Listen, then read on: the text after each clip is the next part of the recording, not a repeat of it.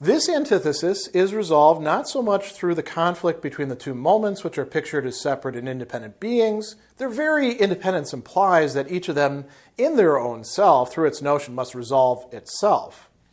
The conflict begins where both cease to be these minglings of thought and of independent existence, and where they confront each other only as thoughts. For then they are, as specific notions, only in the relation of an antithesis. As independent, on the other hand, they have their essentiality outside of their antithesis.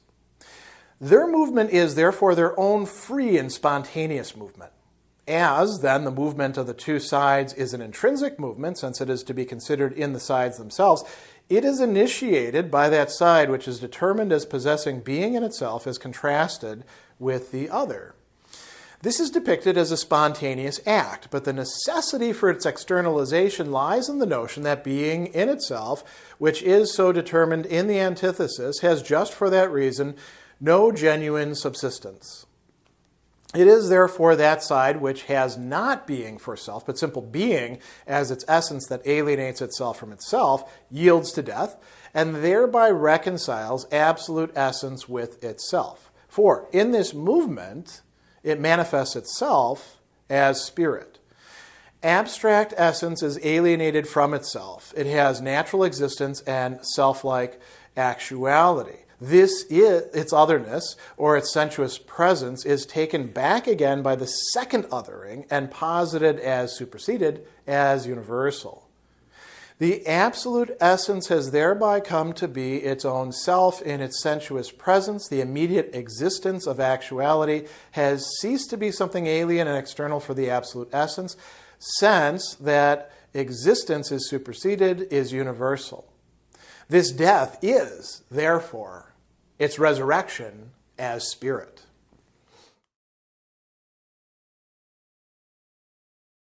Paragraph 779 is perhaps Hegel at his best in certain respects, and I suppose for some readers, maybe Hegel at his worst. And why do I say that? Well, it's kind of a hinge paragraph between all this discussion that's been going on in the previous paragraphs where we've brought in, the distinctions between good and evil, and we're still talking about representation or picture thinking, depiction, Vorstellung, as opposed to the concept, the Begriff, right, which is important for spirit. So we got all that stuff on one side, and then what do we have on the other side of this after we get to the resurrection as spirit?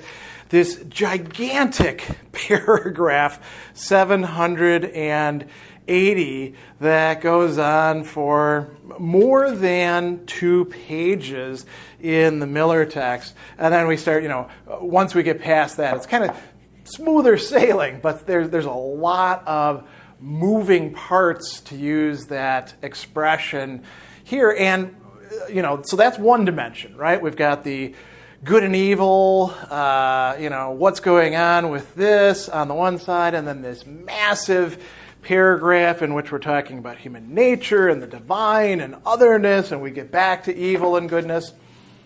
And in between, we have this paragraph that uses the term, at least in English, antithesis, so many times. Now, actually, the antithesis is going to be Gegensatz, which is what we start out with here.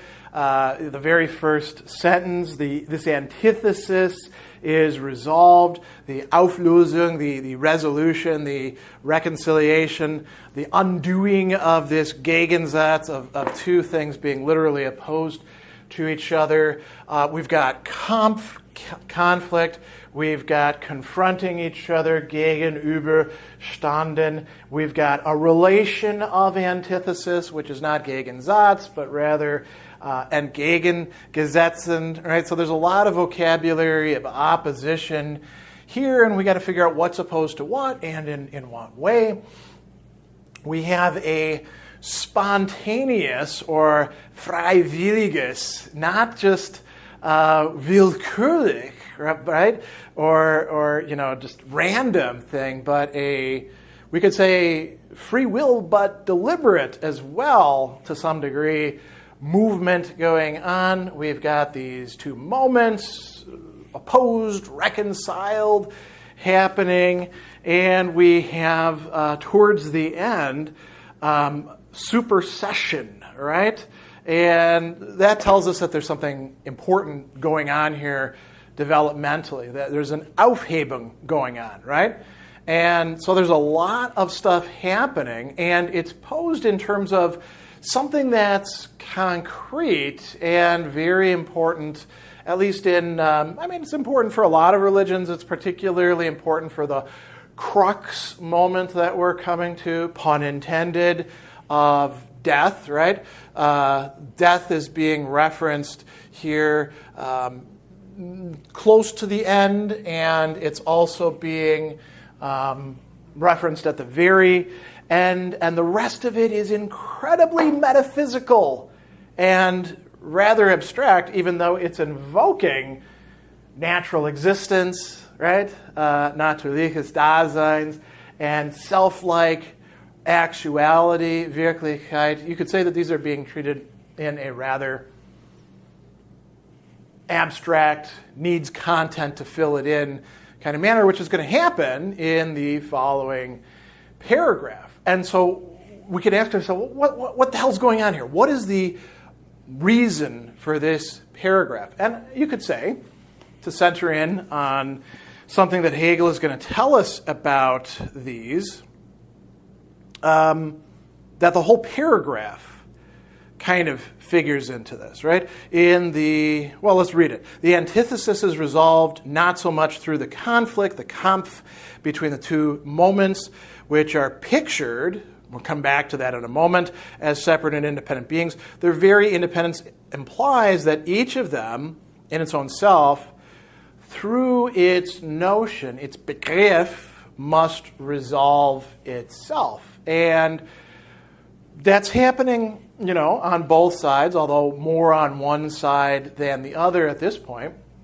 But couldn't we say that this entire paragraph is, in fact, a working through of its notion? Its notion of what? Of this splitting, this conflict between the two sides.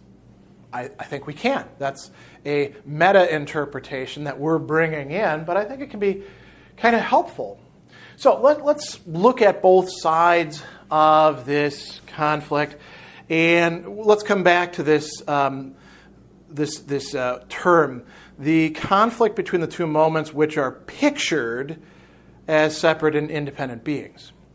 Okay, vorgestellt, pictured, represented. Represented by who? Represented as what? Each of them, as a moment, is supposed to be representing itself. To who? To the other moment? To us, the phenomenologists? To spirit? Hegel doesn't specify, right? He just says, well, they are represented as independent Selbstständige, right? Having their own being on their own side. And now this is where it gets really, really interesting, at least from my perspective, and perhaps you will find this interesting as well. After he says they're very independent, Selbstständigkeit, it implies that each of them in its own self, through its notion, must resolve itself. He comes back to talk about the conflict. The conflict begins where both cease to be these minglings of thought and independent existence. And, you could say, well, what we've got here is, on the one side for each moment, thought, Gedanke in this case, right?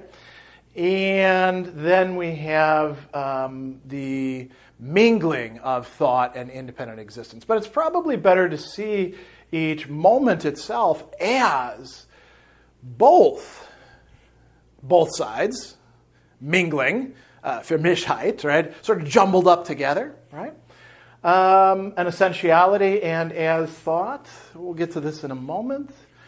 Each side has that, and the moment combines those two.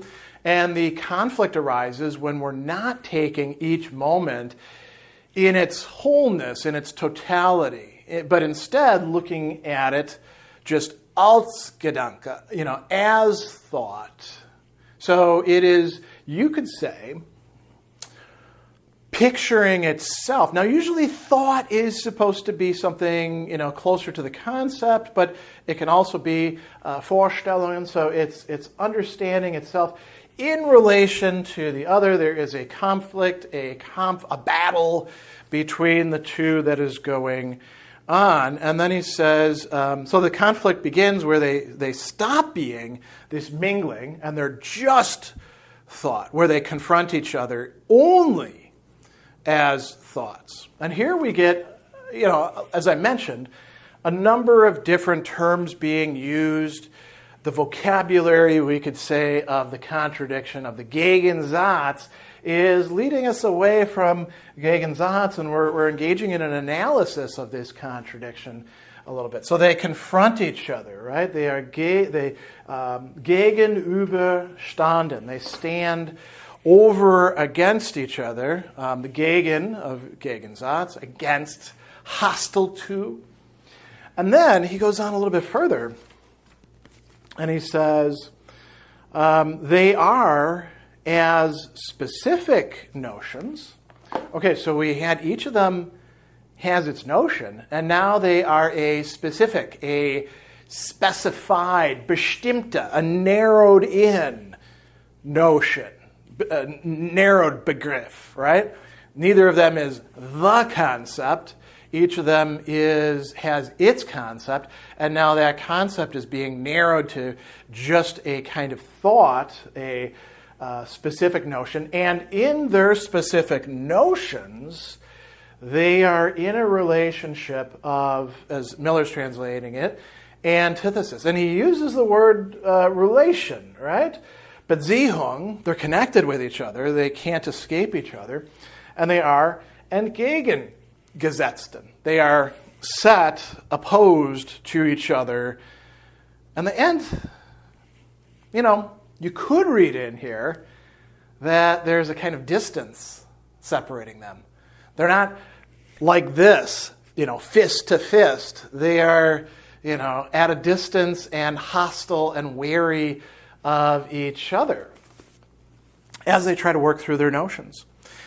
And then he goes on and he says, as independent, they have their essentiality outside of this antithesis. So not all of what they are is in this fight, this Kampf, this struggle with each other. Each of them exists on their own side as independent, as an essentiality, a Wesentlichkeit, not just a Wesen, but as a Wesentlichkeit, a being essential, having the condition of essentiality outside of this antithesis. And so here's where he says, this movement is therefore their own free and spontaneous movement. What movement are we talking about here? The movement within themselves? The movement in relation to each other as thought, as part of how they work through their notion, I suppose we could say, right? And again, freiwillige is the term that's being used there, not Willkür, It's not arbitrary. It's a free and spontaneous movement.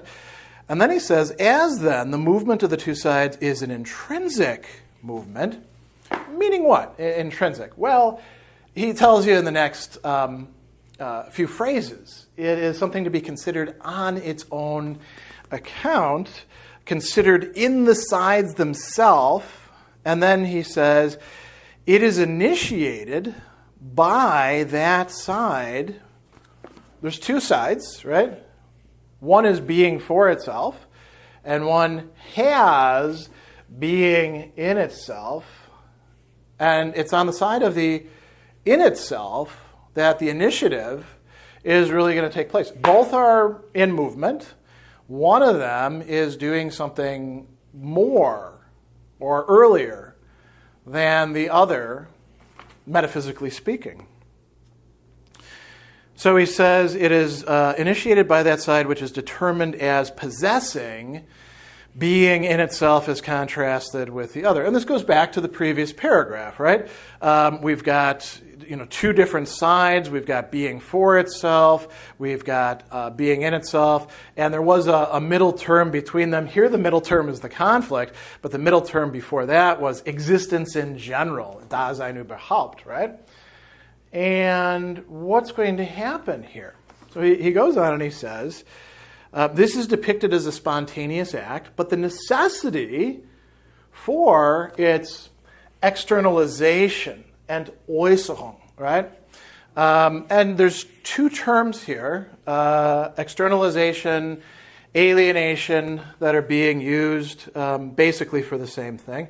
The necessity for its externalization lies in the notion, lies in the Begriff, the concept, that being in itself, which is so determined in the antithesis, has, just for that reason, no genuine subsistence. And now this is kind of strange to say, right? Being in itself, the an sich Seiende, the existing being generating within itself, doesn't have the independent existence or subsistence that we bestehen, that we would think that it has, right? And typically, there's a little bit of a digression.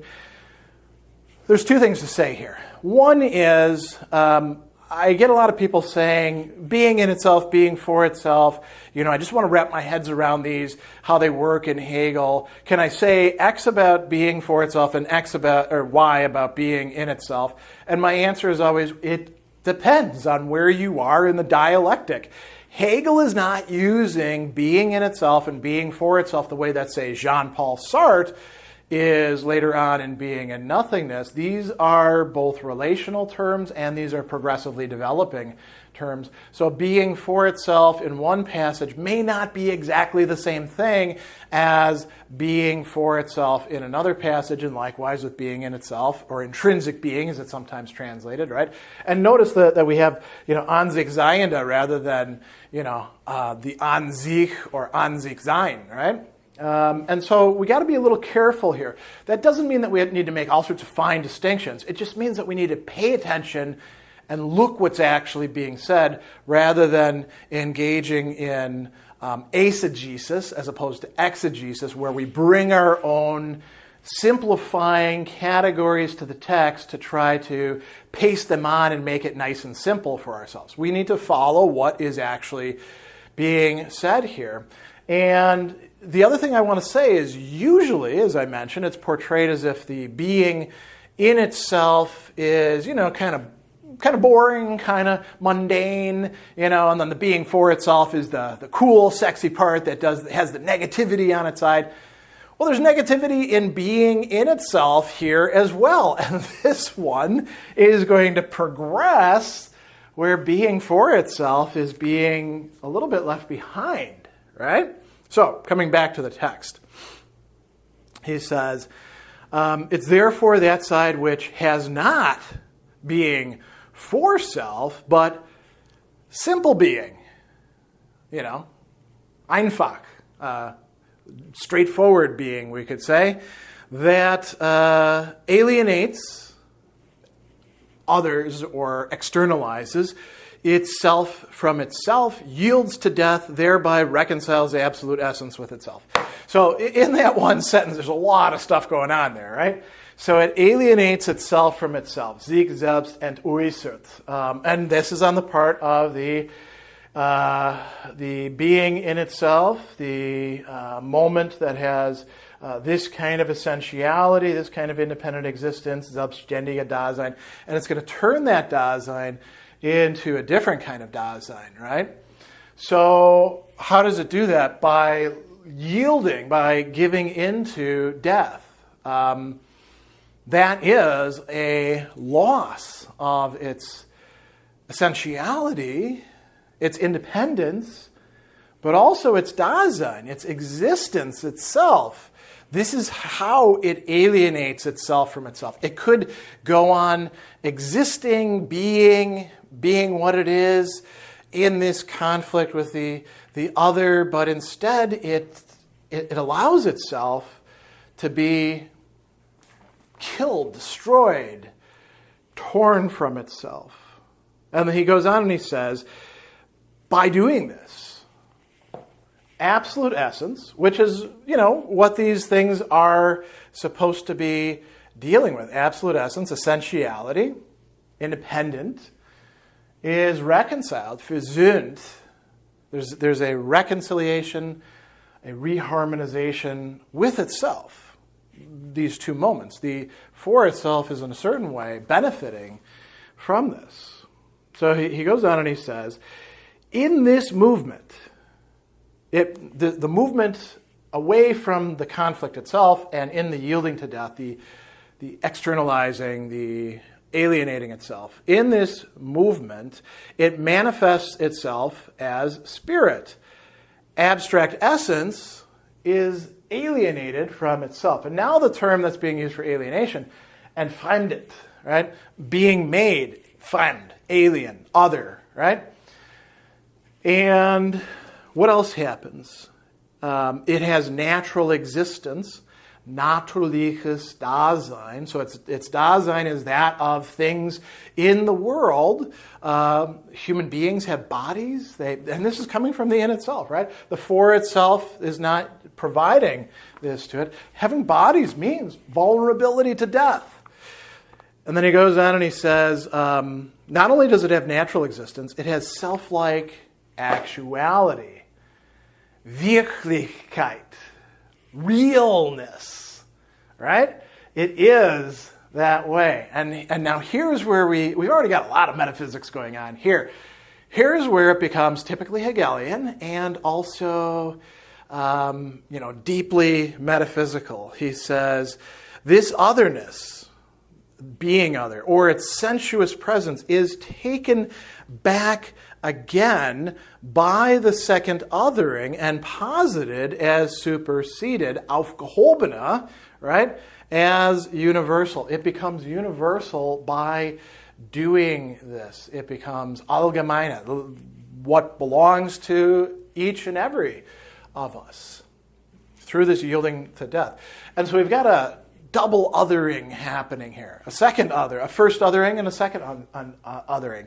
And there's different terms used for these, right? Anders sein, anders werden. Sein, being. Werden, becoming. So this is, I would say pretty important to pay close attention to. This otherness is taken back again by the second othering. So the othering is othered, right? The othering of the anders sein is now turned into a becoming other, right? And we can see that as what's going on in here. This anders sein to each other, this contradiction, this battle of both sides, it seems kind of static, doesn't it? Is transformed into something dynamic. So he goes on and he says, the essence has thereby come to be its own self, selbst, in its sensuous presence. Sensuous means being part of the world, being able to be seen, heard, smelled, right? And what are we talking about here? I mean, we're talking about this important person who dies and is resurrected, Jesus Christ. It's kind of funny because the idea that a lot of people have of Jesus is this very sanitized figure because they look at, beautiful paintings of him and, which are done for devotional purposes, but also, it's a way of depicting him. And if he's the glorified Christ, he should have some holes in him, right? Like hands, so that, and sides, so doubting Thomas could actually, let's see what's there. If he's the crucified Christ, he'll be more like the crucifixes that you see in other countries. The United States, a lot of them are pretty sanitized. There'll be a little bit of blood around his head and a little bit on his hands. But you go to I saw this when I was in churches in Portugal, and it's a much more realistic depiction. This guy must have, had the crap beaten out of him, was pierced with wounds, and there's going to be lots and lots of blood and perhaps even some gore. Well, that is part of what it means to have, sensuous presence. He says the immediate existence of actuality has ceased to be something alien and external for absolute essence. Absolute essence now can grasp it, sense that existence is superseded, is universal. It has been made allgemeine. And this is where we get to. This death is, therefore, its resurrection, standing back up, quite literally, or standing up in a different way, as spirit, as Geist.